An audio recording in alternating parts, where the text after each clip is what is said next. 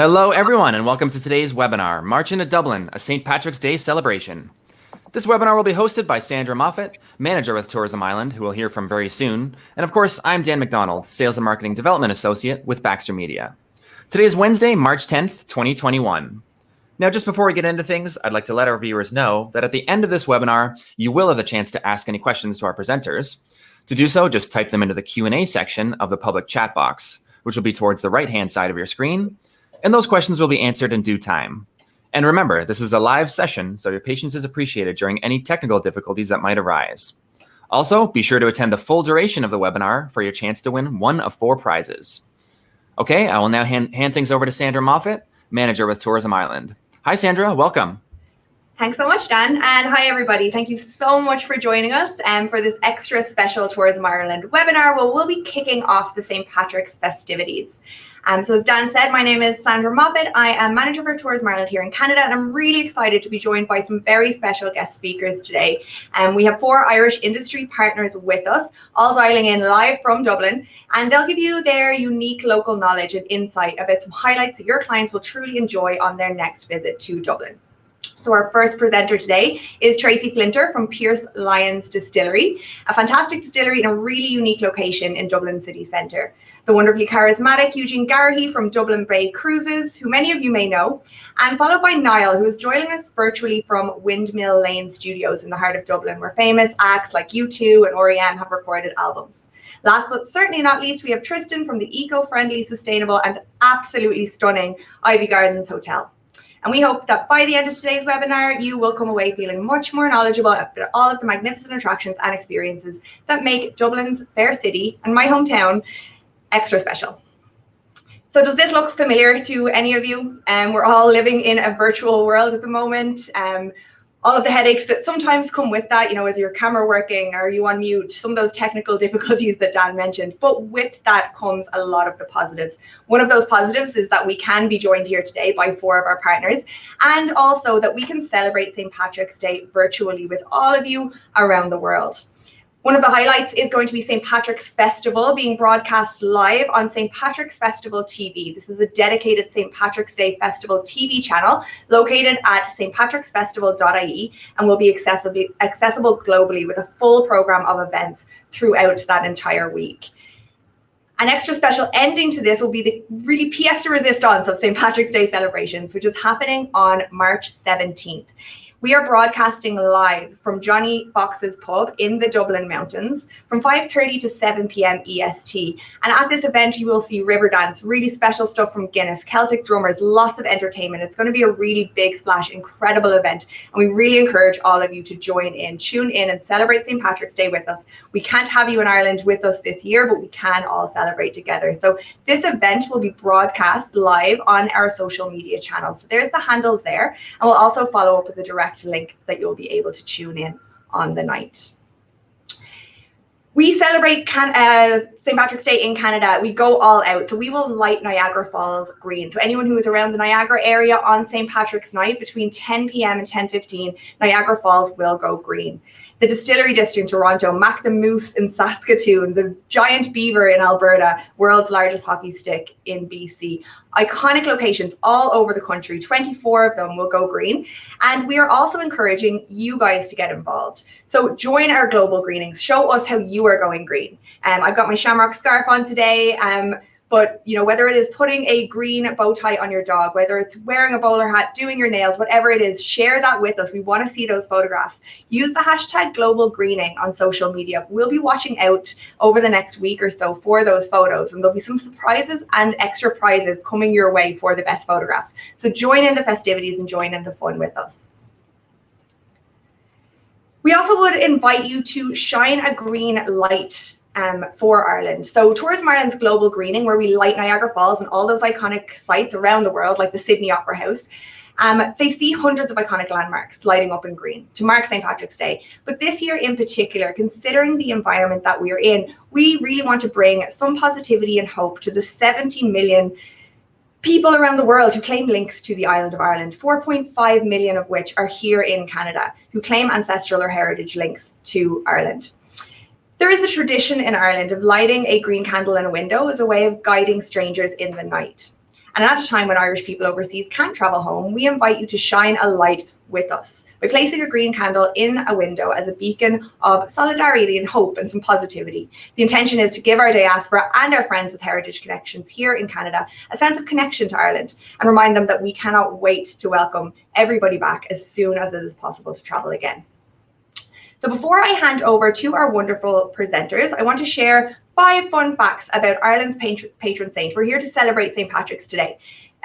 So let's cue that video and we'll share 5 fun facts that you may or may not have known about St. Patrick. Now, if you do know these facts or if they really surprise you, chat with us and make sure to put your comments in the chat box. And as well, a reminder that if you do have any questions for our presenters throughout the session, just to enter them in the chat box and we'll make sure to address everything at the end of the webinar.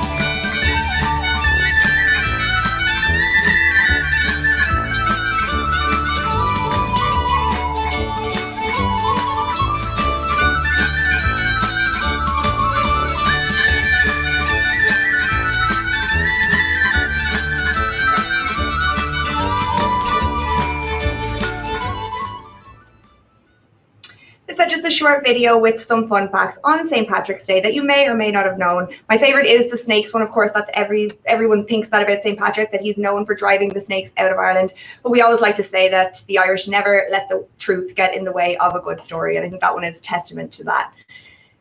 So this on your screen here is the official branding for each of the regional brands on the island of Ireland. Below right, we have Ireland's ancient east, over 5,000 years of history in this region. Ireland's hidden heartlands in the centre, the Wild Atlantic Way, the world's longest coastal touring route to the right in the blue there, and at the top, Northern Ireland's Embrace a Giant Spirit.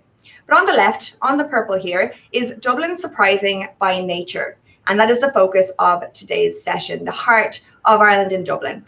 From Canada, you will most likely fly into Dublin, and most of our air access does fly directly into Dublin, and from Toronto it is under 6 hours direct into Dublin city. So it's a really accessible country to get to. We really are on the edge of Europe here.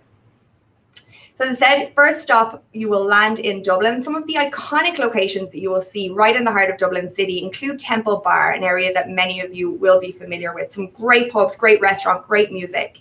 We have the Guinness Storehouse, one of the world's most visited attractions. It is the home of Guinness. And there is Trinity College here on the right-hand side, on the upper right. This is where I went to university. The campus is right in the heart of Dublin. It's an absolutely stunning campus to walk around, and it's also home to the Book of Kells and the long room library that you see in the centre there. It's something out of Harry Potter. It's a magical place to walk around. But something that really surprises most people about Dublin is that it has so much nature in it. So north or south of the city, you can just drive for a short 20 minutes, if that, and you are in some amazing little fishing villages and coastal towns like Dún Laoghaire or Dalkey or Howth on the north side. On the bottom left there, you'll see Malahide Castle. That's a stunning 800-plus-year-old castle just on the outskirts of Dublin. And in the heart of Dublin itself, you also have Phoenix Park, which is Europe's largest enclosed park and is twice the size of Central Park in New York, just to give some context on the scale of that. And there are over 400 wild deer just roaming around this park right in the center of the city. So it is really unexpected. And that's why we claim Dublin as surprising by nature. Now I'll hand over to the fantastic Tracy Flinter, who will talk through Pierce Lyons Distillery, which is a fantastic whiskey distillery, and I believe some gin is coming soon too, Tracy. That's right, yeah, we'll leave that to the last slide. So we have a fantastic gin and whiskey school that actually we hope to open in the next couple of months when it's safe to do so. So first of all, big hello to everyone. Thank you very much for tuning in, and thank you for the opportunity, Sandra and the team at Tourism Ireland, to tell you a little bit more about Pierce Lyons Distillery.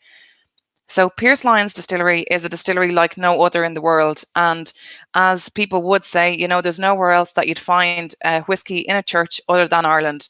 And that's exactly where we distill our whiskey. So this beautiful building that you see on the left-hand side of your slide is where we actually distill our Pierce Irish whiskey.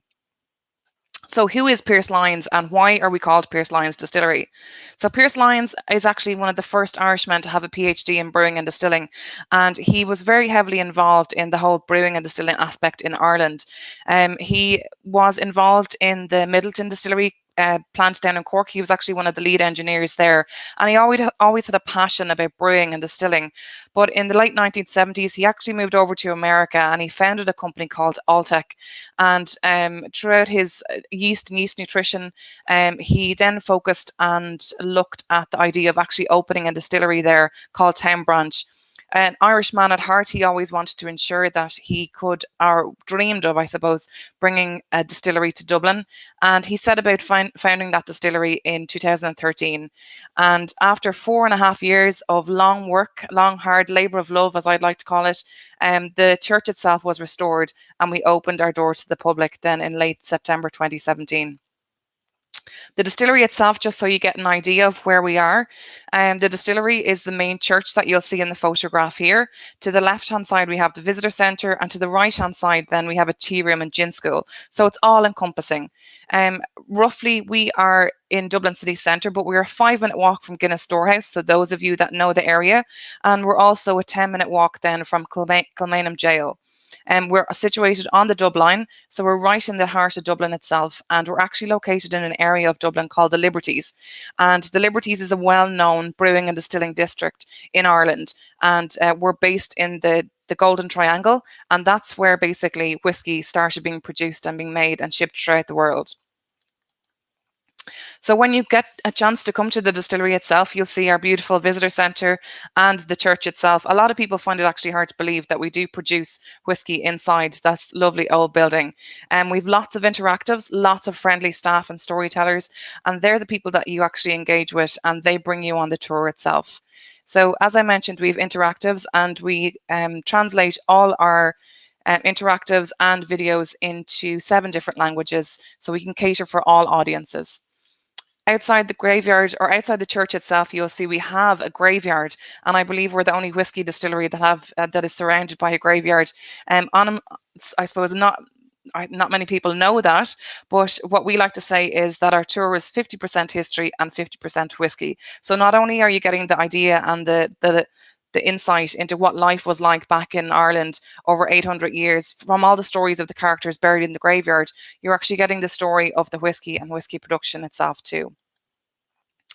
As I mentioned, our local guides bring you through the tour itself, and then you get to enter into this beautiful building, and this is where we distill our Pierce Irish whiskey on the beautiful altar. Now, these 2 copper pot stills that you see in front of you, they travelled all the way from Lexington or Louisville, Kentucky, over to sit here on their final resting place, and I believe they will never leave that church, because believe it or not, we actually had to lift them in by cranes when we were restoring the roof itself.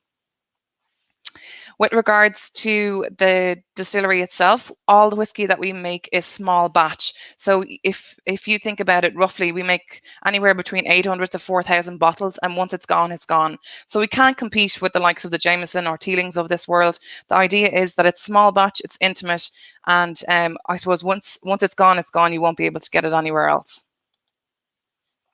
It really is an engaging distillery, so we really give guests the opportunity to smell, touch, taste and feel every step of the brewing and distilling aspect. And one thing that hits guests when you walk through the door is the beautiful smell of the mash that's actually been roasted that morning. Not only that, but we actually have a connection to the Camino de Santiago.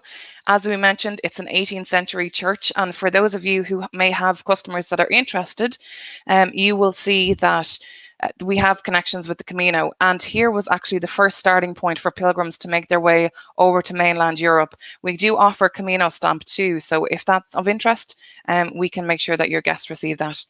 We do have lots of tasting options. So not only do we run a regular tour and tasting, but we also have VIP tastings where you can meet the distiller, you can meet, I suppose, do lots of food pairings and cocktail tastings. So we have lots of different options available. But today is really just kind of giving you guys an oversight as to what we do. We have a small gift shop on site, and the gift shop specifically focuses on gifts that can't be purchased anywhere else. So we've really looked at connections back to the church itself.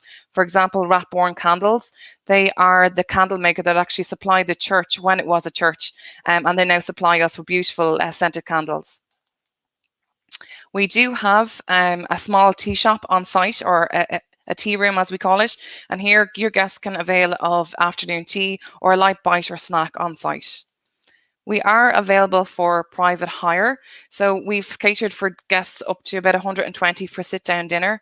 And we've catered for guests as small as 6 for a private dinner in the distillery itself. So you name it, it's everything's possible.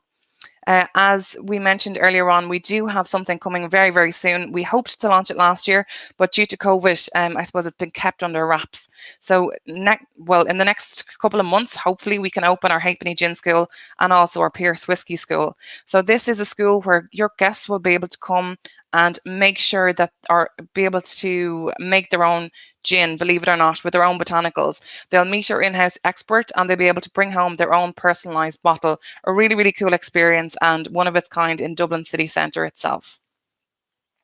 I know some people did ask a couple of questions with regards to minors. So believe it or not, we are a family orientated distillery. We're family owned, and when kids are coming with their parents, we do offer them a taste, or an option to taste lots of juices. So when the parents are tasting whiskey, the kids can taste juices, and we give them chocolates and lollipops, so they're well looked after. I saw that pop up on the chat, but I'm happy to answer any questions afterwards.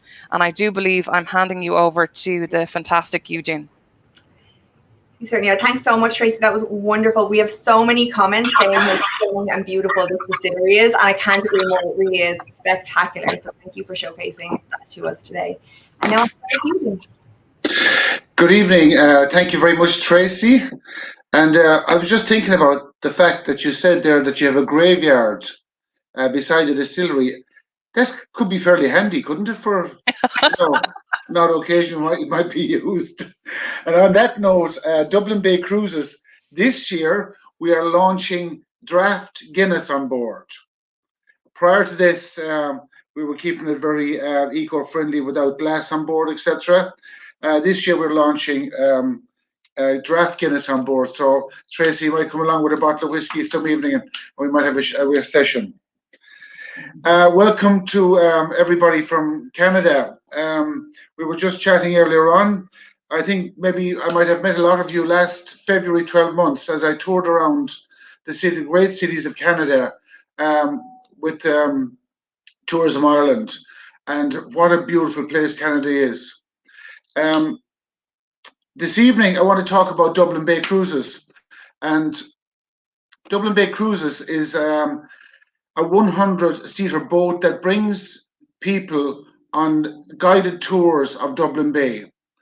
So we take visitors from all over the world, people that come to Dublin. Prior to this, spent a lot of time visiting the city and then going to the country to the west of Ireland, the Wild Atlantic Way, the ancient East, and now the Midlands. But in Dublin, over the last while, there is a much more focus on getting out the hills and mountains and out onto the bay and the coastline of Dublin. And I think after COVID has passed us in the next couple of months, people will, I think, there's a magnetism now to get to the open and outdoors. So we're there, and last year we had a quite very, very busy year, but it was all Irish tourists. And we think, it will be a bit similar this year, but we're hoping from maybe September on, people from Canada and elsewhere will be joining us. But when they do come, the great outdoors in Dublin is basically a UNESCO, a United Nations recognized biosphere where nature and humans and industry work in harmony. So it's all about the protection and the education of the environment. And we are very, very proud to be a central part of that in Dublin.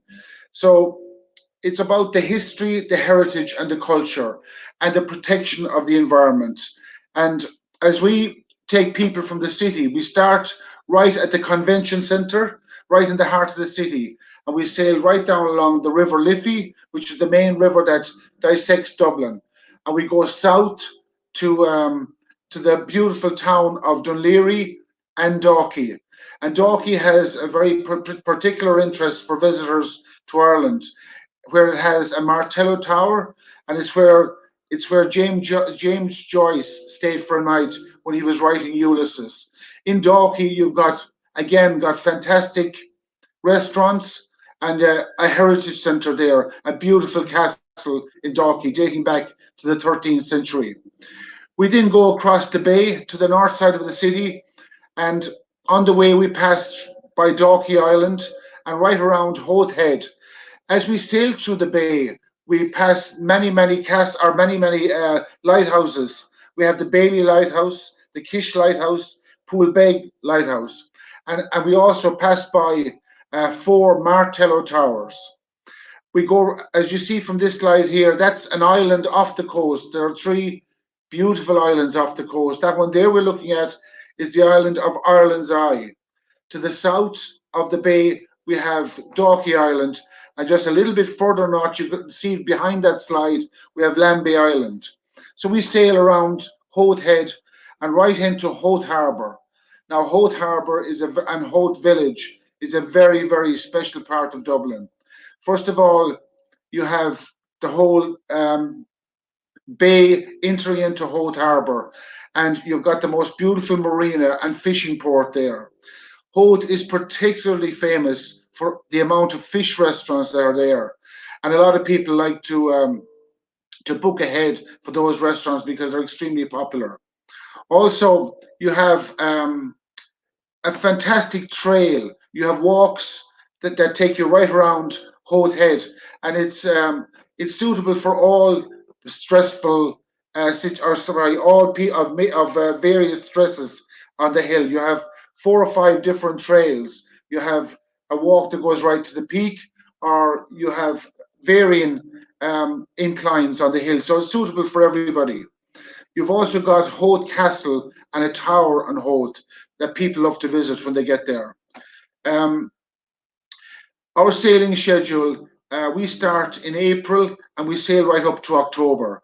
And you'll see from the slide there that our routes and also the times and our sailing schedule. We also cater for parties. We have a bar on board, and we take bands or musicians on board, and we can also play music of your choice because we have a full sound system on board. And I think, Dan, maybe if you just play that video, if you don't mind, to give them a brief insight into what we do in Dublin. Yeah, absolutely. Here we go.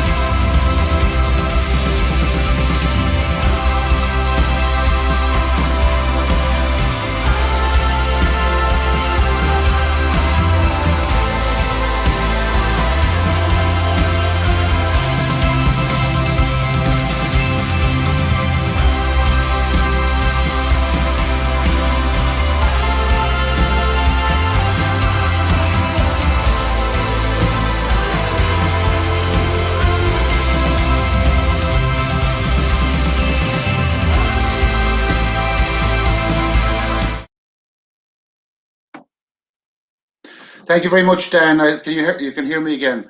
Yes. That's about as much as I can say about Dublin Bay Cruises. I'd love to be able to speak more about it, but I'm not very good on these webinars, so I was a bit panicky there. I hope it didn't come across too panicky, but in any case, we would love to see you when you eventually get to Dublin again. So I'll hand over to the next speaker. Thank you very much. Thank you so much, Eugene. That was brilliant. We can't wait to be on one of those cruises. How long is the cruise time? Each cruise is 1 hour. 1 hour. Okay, brilliant. Yeah, we had lots of questions on that, and everyone is saying you did an amazing job. You did great, so no worries. Okay, now I will hand over to Niall. Niall, who is named Aidan, but it's actually Niall. And Niall is from Windmill Lane Recording Studios. Niall, over to you. Okay, great. Thank you very much, Sandra. Hello, everybody. And just to check that everybody can hear me okay, if somebody on screen wants to give me a thumbs up there. It looks good. I'm seeing the lights blinking here. So as Sandra said, my name is Niall McMonigal, despite what it says down here. Look at the slide is my proper name, Niall McMonigal. I am the studio manager in Windmill Lane Recording Studios. And it's great to welcome you all here. Right now, I'm sitting in Studio 2 of the 3 studios that we have in Windmill Lane. So if any of you are major U2 fans, you will no doubt have heard of Windmill Lane. And if you are a U2 fan and you haven't heard of Windmill Lane, you really need to address that and up your fan game there a little bit.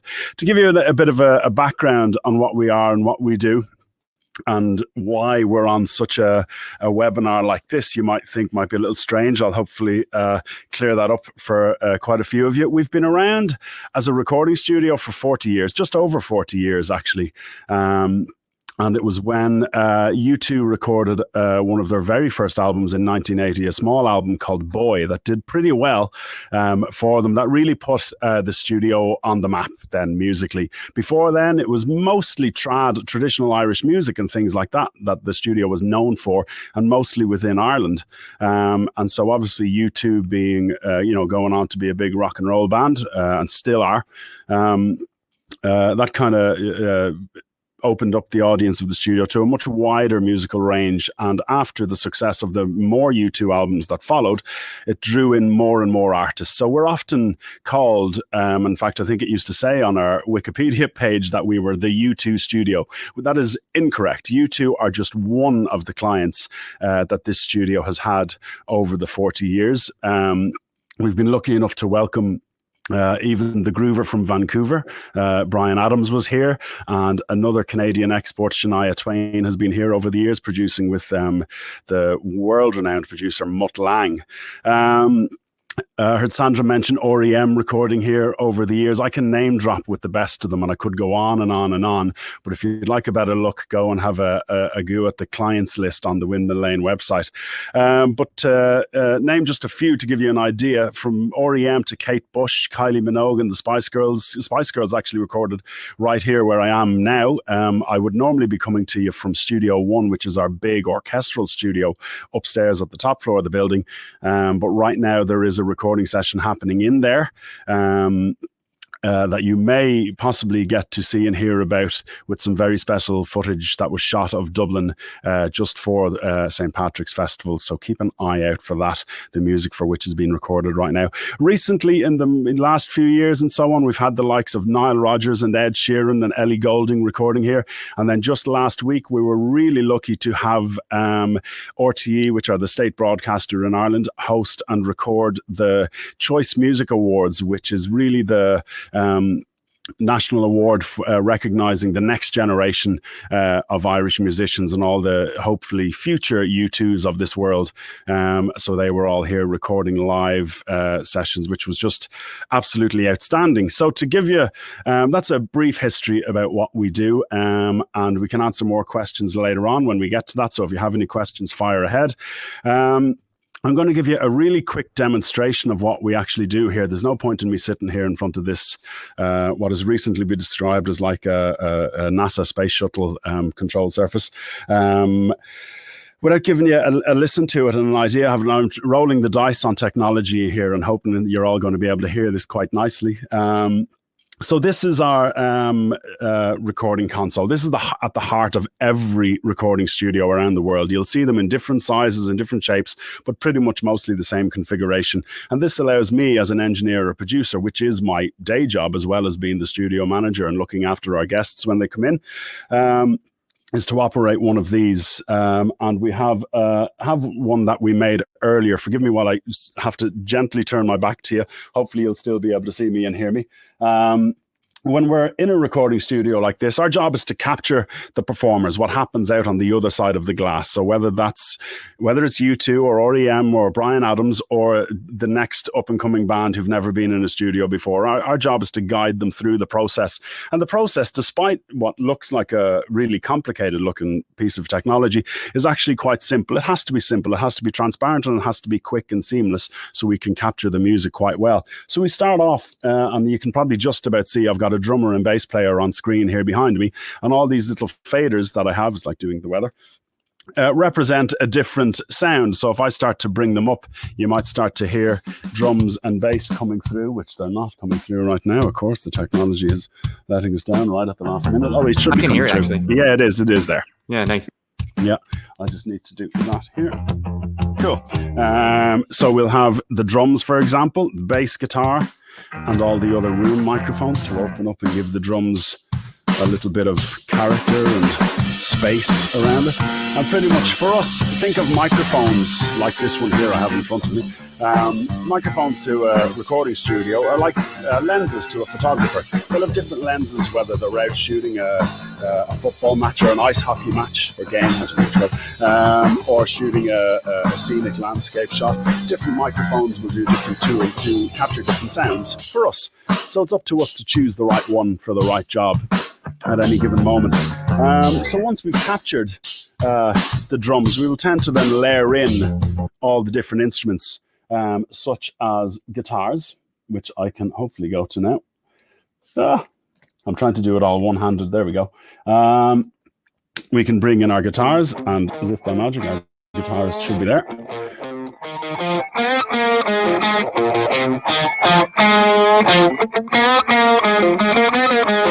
Guitars are always great though, because you get to play with all the pedals and all the toys, and guitars always take a while. Everybody else can be fairly quick. Guitars like to mess around. A lot of experimentation with guitars that can be really cool. And eventually we will layer up the whole track so that we have a full band with vocals and everybody joins in.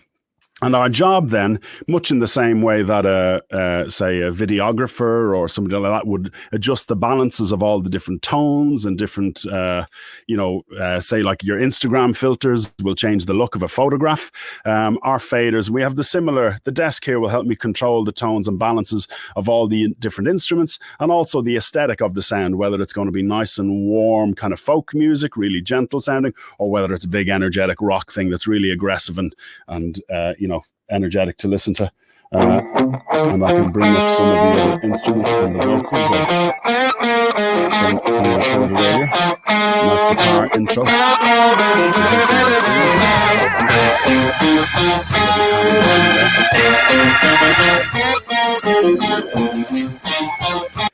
So that process that I'm quickly demonstrating and, just glancing over really quickly, is a long process. A typical day in the recording studio is normally a 12-hour day. That's standard for us. Normally 10 in the morning to at least 10 o'clock at night, and sometimes a lot longer. As you can imagine, these creative processes can take a while. So it's important that we have time to do them. So why am I here? You might ask. Well, visitors, we have opened up our door to visitors to be able to come in here. You don't just have to be in a rock band. Of course, that's still, we are a working studio, and it's a big attraction of what we do. Everything we have here and everything we let our visitors kind of get to grips with and show them and demonstrate with them is all part of a working studio. Nothing is staged, nothing is set up for tourists. It's all absolutely as we do it in the professional world. And in fact, it's because of our heritage and all the great bands who've recorded here over the years. I heard Riverdance being mentioned there as being on in Johnny Fox's. Riverdance recorded the music for that show here just over 25 years ago. So another great piece of music that's come out of this building and still celebrated around the world, which is magnificent. So we let our visit. It was through all those artists knocking on the door. The fans of U2 and Kate Bush and whatever would knock on the front door and say, hey, do you mind if I come in? We'd be thinking, well, you can't really right now because there's a band in. So it was starting to happen so often. We said, let's put together a program of events and experiences that people can do.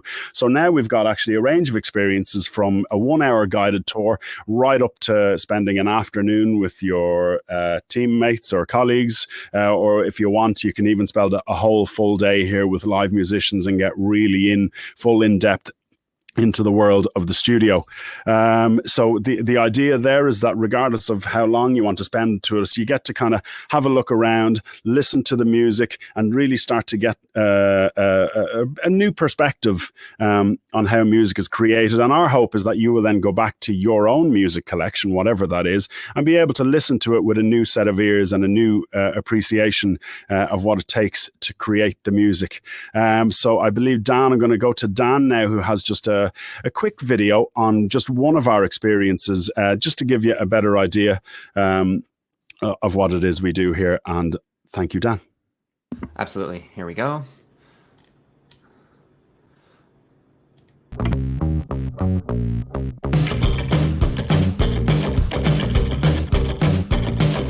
Music got the best in me ever since I was a child. Now it's showing its ugly face. What can I do?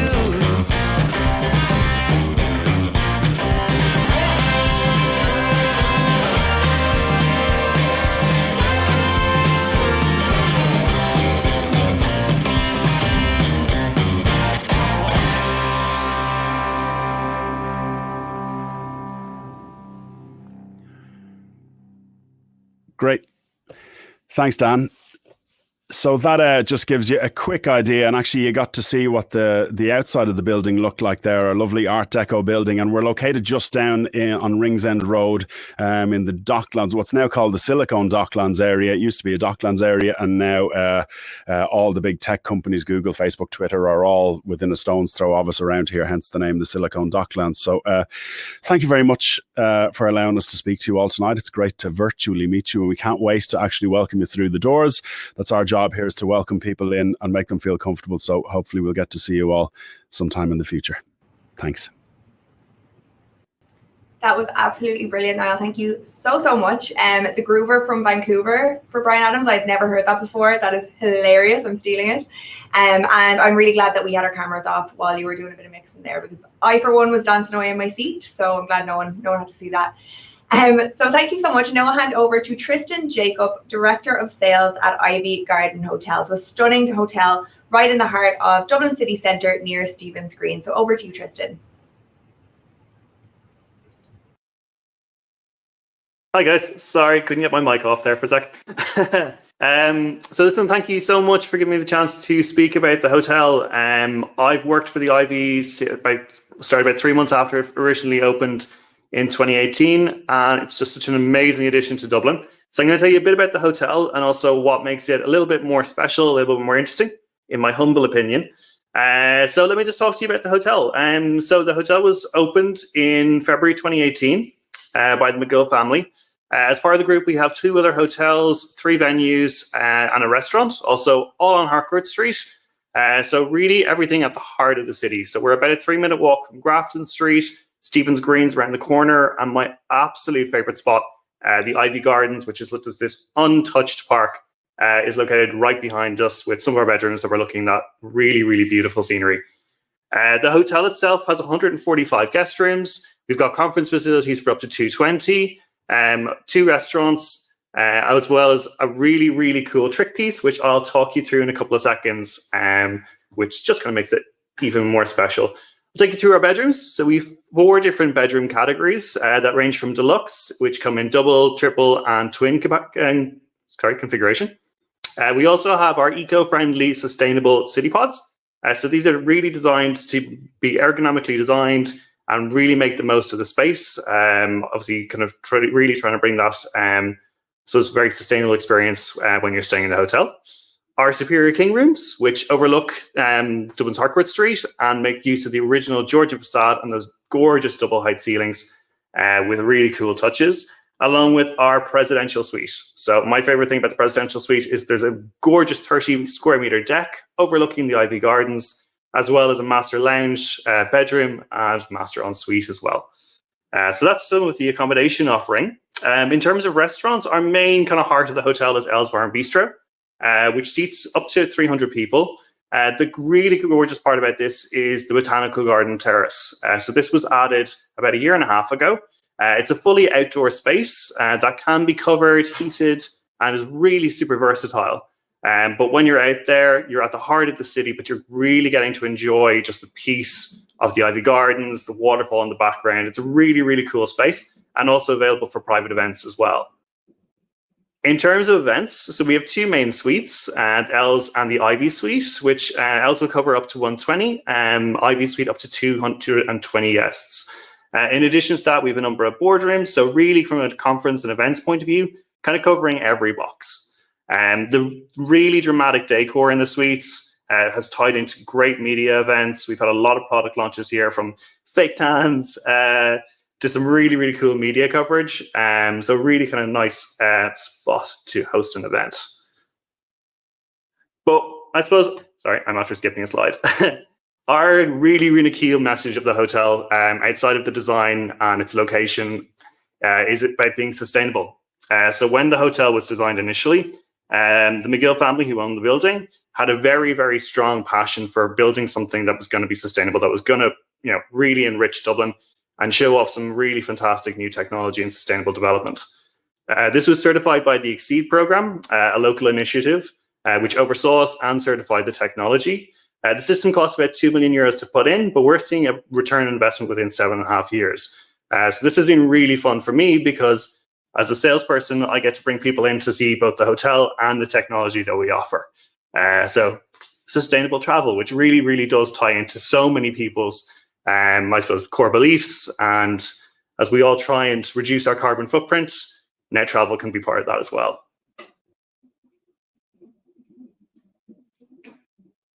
So I'm going to pop that on screen at the moment, but this is just some of the initiatives that we do. So the hotel was originally formerly home to ICCA Bank. So it was completely gutted as an office block and turned into a 4-star hotel here in the city. That involved replacing original fossil fuel systems with eco-friendly systems. I suppose the one thing we're most famous for is one of our main energy providers for the hotel is a hydro gas system that runs off the Swan River, which is about 90 meters underground. The developers originally thought it would be 50, but we did have to go to 90 meters down to get the strong power. So that powers the hotel. What's really interesting, as I sit in the hotel reception right now, obviously as we're closed with COVID, we're actually feeding power back onto the grid. So it's really generating such a positive impact on both the city and kind of tourism as well. So what that means. So after doing all the technology upgrades, the building was reclassed from an E1 to an A3 rated building. That saw an energy decrease of over 78% and a decrease in our CO2 output of 82%. What that kind of translates to from a carbon point of view, the general hotel this size of a building will generate between 1,000 and 1,100 tons of carbon every single year. As the hotel is now fully sustainable, we generate only 171 tons. So a massive reduction. And I suppose my favorite slide, what that actually means. So that is basically the same as us taking 645 passenger vehicles off the road. It's the same carbon input as 530 homes, or my funnest stat really, which is 387 million smartphone charges. It's also the carbon offset by planting over 50,000 acres of forest land. And that's just from one hotel right here in this heart of the city. So it's something we're really passionate about, and we're constantly developing. One of the big things we work with here is local providers. So all of our meat is locally sourced, and we really try and go that extra bit and beyond to work with suppliers that are being sustainably minded. One of my funnest ones we've worked with recently was Beacon Honey. So they have basically replaced sugar with honey, and they're currently trying to convince us to put a couple of beehives on the roof, which may be a lovely new attraction for 2022. But one of the greatest parts about this is the ability to tell the story. So in 2018, we were featured in Time Magazine's Greatest Places in the World, which was just such an amazing honor.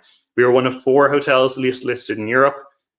But in addition to that, we've also had articles in Condé Nast, The Times, and really, really great publications that have just really kind of tied into this story of developing a hotel that can be both luxurious and great for the environment.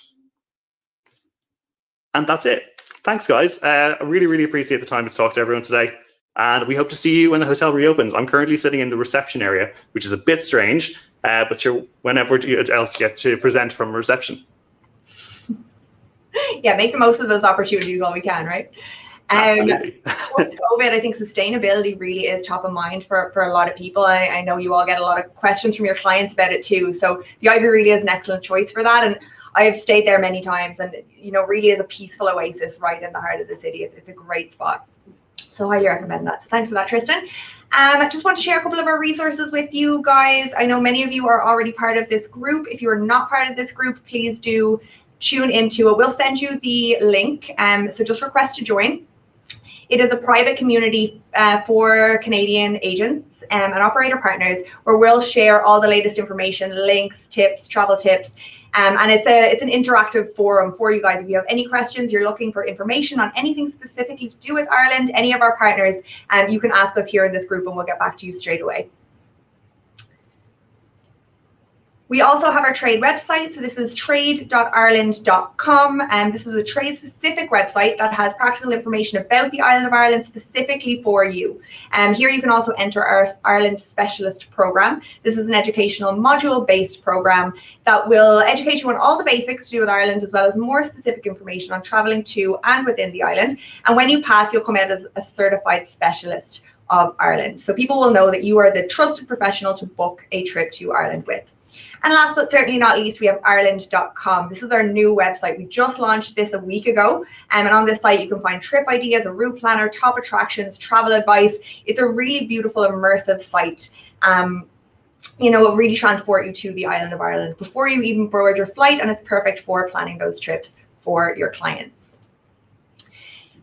Now, a reminder about the St. Patrick's Day at Home live event. We will send this link to you and tune in live on YouTube or on our Facebook page. That's where you'll find this event. So mark it in your calendars, 5:30 to 7 p.m. EST next Wednesday, March 17th. We'll be watching, and we have the hashtag Global Greening and Happy St. Patrick's Day. They're just on the top of the chat there. So copy and paste those and make sure to use them when you're sharing your photographs with us over the next week, and we'll have lots of fun prizes. In the meantime, we have a couple of quiz questions. So we want to make sure that you are listening to our wonderful speakers today. So Dan, launch the first polling question here for us. If you get the answer right, then you are then eligible to win a prize. Our first prize is a box of luxury Irish chocolates, which will be mailed to your home address. So cast your vote. What part of Dublin is Pierce Lyons Distillery located? Is it Stephen's Green, Temple Bar, the Liberties, or Grafton Street? Submit your answers and we'll be able to see those. Responses are coming in now. Perfect. So we have 4 questions and we have 4 prizes.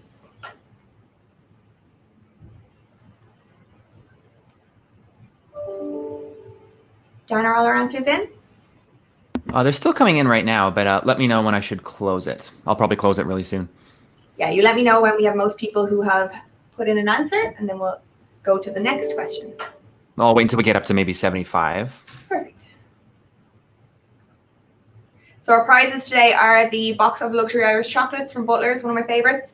We have a $50 voucher from the Irish Design House. The Irish Design House is in Toronto. It's a great little store for unique, quality crafted Irish goods. We have a fantastic gift courtesy of Tracy from Pierce Lyons Distillery, who's going to give a little gift to one of our Canadian agents. And then we also have a Waterford crystal vase. There we go. All right, so we'll have our next question. All right, so Eugene talked about Dublin Bay cruises and a little bit about Howth. So which coast is Howth in Dublin based? Is it the Irish Sea, the Antrim coast, the Atlantic, or the Celtic Sea? A little bit of a geography lesson for you guys. Cast your votes. No Googling. We can't give them too long, Dan, because everyone would be cheating. Yeah, good point.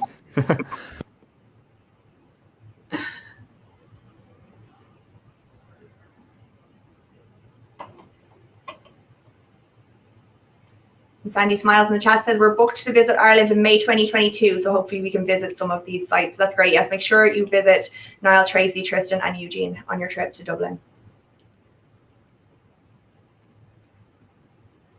Okay, the sum will close the poll right when we get past 70 responses.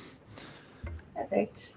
And Helen is asking, could you please provide the slide with the presenters' names again? And yes, we'll circulate everybody's names with their email address, their contact information after the sessions. You'll get that in your inbox from Dan.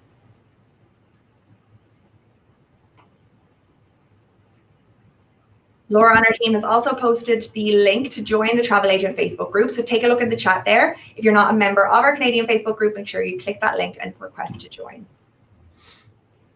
There we go. And most people chose the Irish Sea for question 2. Oh, Eugene, they were paying attention. Great. And shall I go and launch the third one? That'd be great. Okay.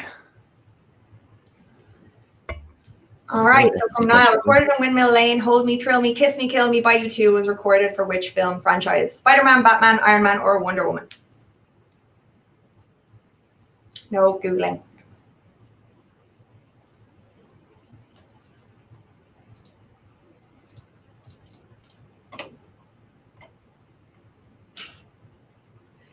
Janine in the chat says, no Irish butter is a prize, Sandra. So yeah, you know me so well, Janine. Unfortunately, you can't get Irish butter in a lot of Canadian provinces. I think, as far as I know, BC might be the only province where you can get Irish butter. I'm a big fan of Kerrygold. Anyone who's been to Ireland with me will know that. And Tristan, I was just telling everybody how amazing the breakfast is at the Ivy. I'm a big fan of your breakfast there too. I think you're on mute. I am. Thanks very much. Yeah, we love it too. Always spoiled for choice there. And in every Irish hotel, actually, I'd say Irish hotels do a really good job of a stellar breakfast. Marianne says she can't find the butter anywhere. Yeah, me neither. So there we go. A majority of people chose, or 48% of people chose Batman. Nice. Good to see you're paying attention. We love to see that.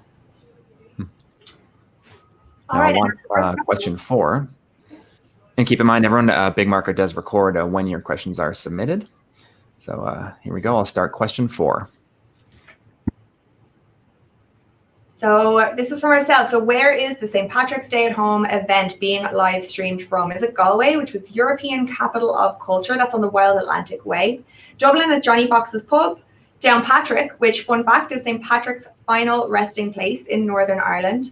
Or Cashel, St. Patrick's Rock. A lot of St. Patrick's history behind that area in Cashel. Cast your votes.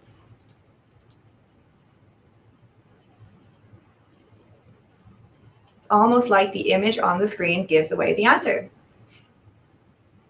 I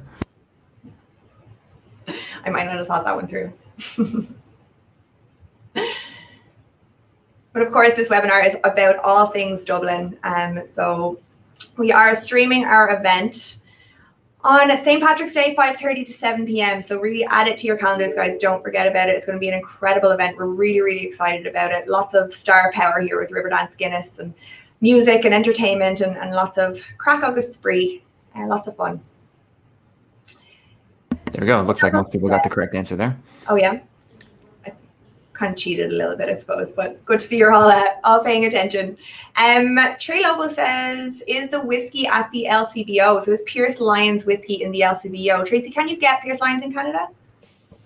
You can't, not at the moment. So we're in talks with a Canadian supplier, and we're hoping probably by September that you'll be able to purchase Pierce Irish whiskey in Canada. So unfortunately not at the moment.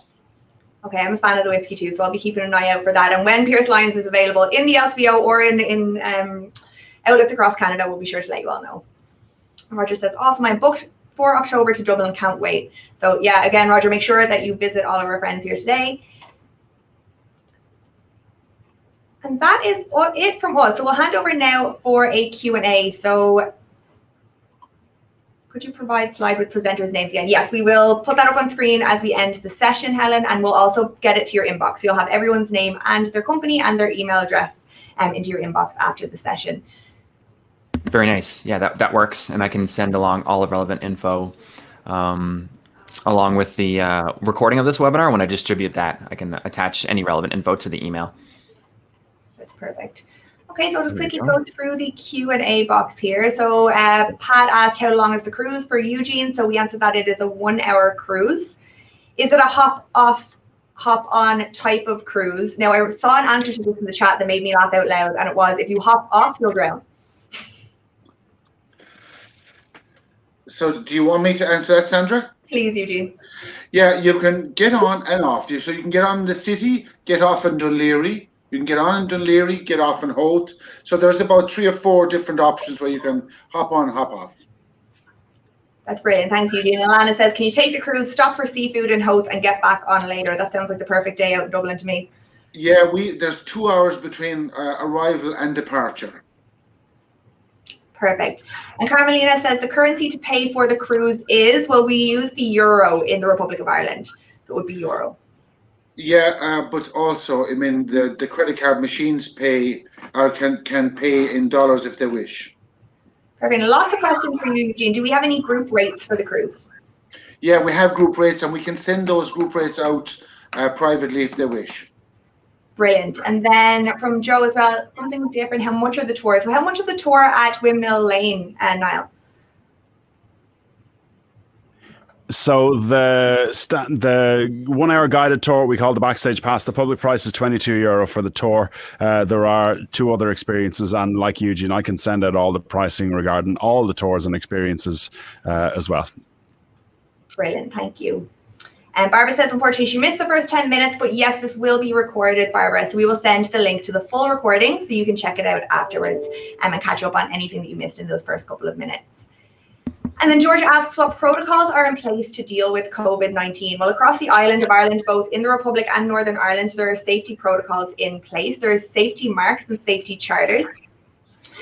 We will share more information on that and the details behind that, but they are very strict regulations. All of our industry partners are really working very, very hard to ensure that all businesses are really safe and up to date with all of the safety protocols. Depends on the type of business, whether you are an activity or attraction or a hotel, there's different regulations and protocols in place, of course, depending on that type of business. But rest assured that safety is top of mind for everybody here in Ireland at the moment.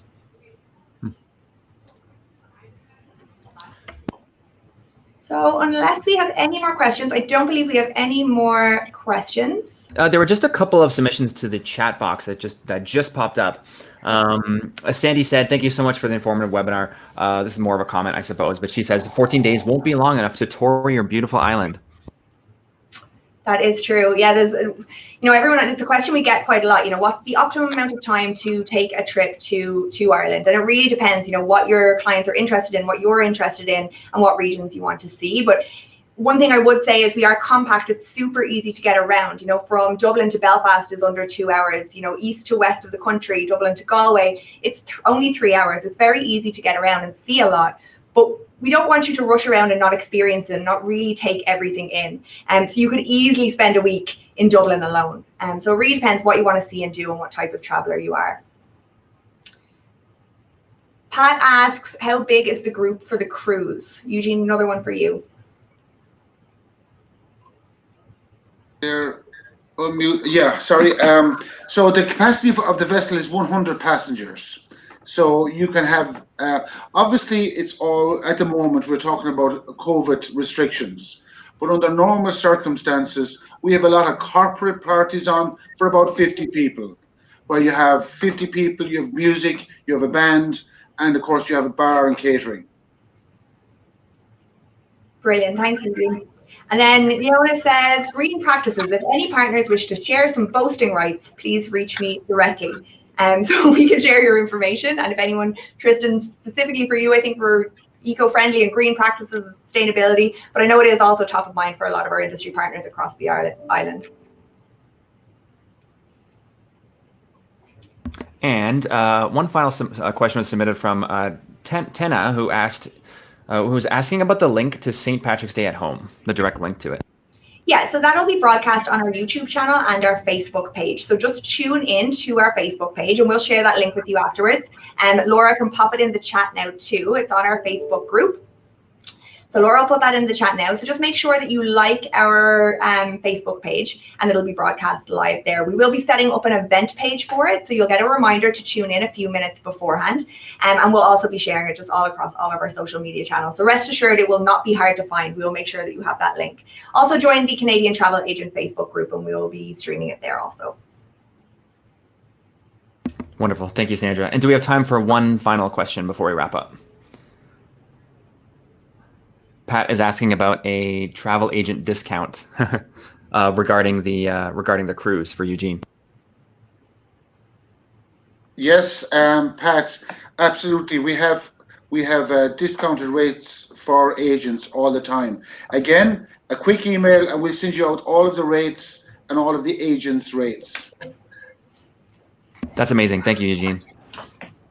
Great, so I think that's a wrap from us. A big thank you again to Tracy, Tristan, Eugene, and Niall for taking the time to join us today. It is coming into the evening now in Ireland, so thank you so much for taking time out of your day and sharing all of the amazing things to do in Dublin with us. And thank you to everyone for tuning in. You've been super engaged and chatting back and forth, so we're really excited to celebrate St. Patrick's Day with you. Please do share all your photos, #global greeting, #happy St. Patrick's Day, and we'll be in touch very soon. Thanks, everybody. Thank you.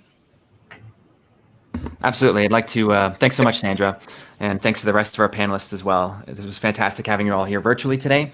And I'd like to thank all of the travel agents and travel professionals that attended virtually. As Sandra mentioned, if you happen to miss part of the webinar today, the recording will be made available tomorrow on Baxter Media's YouTube channel. And I'll also be sending it all to you directly in an email after the fact. Yeah, but I'd like to give a huge thank you to Sandra and all of our panelists today. Thank you all so much for being here. Thanks for having us, Dan. See you soon. Bye. Take care, everyone. Bye-bye.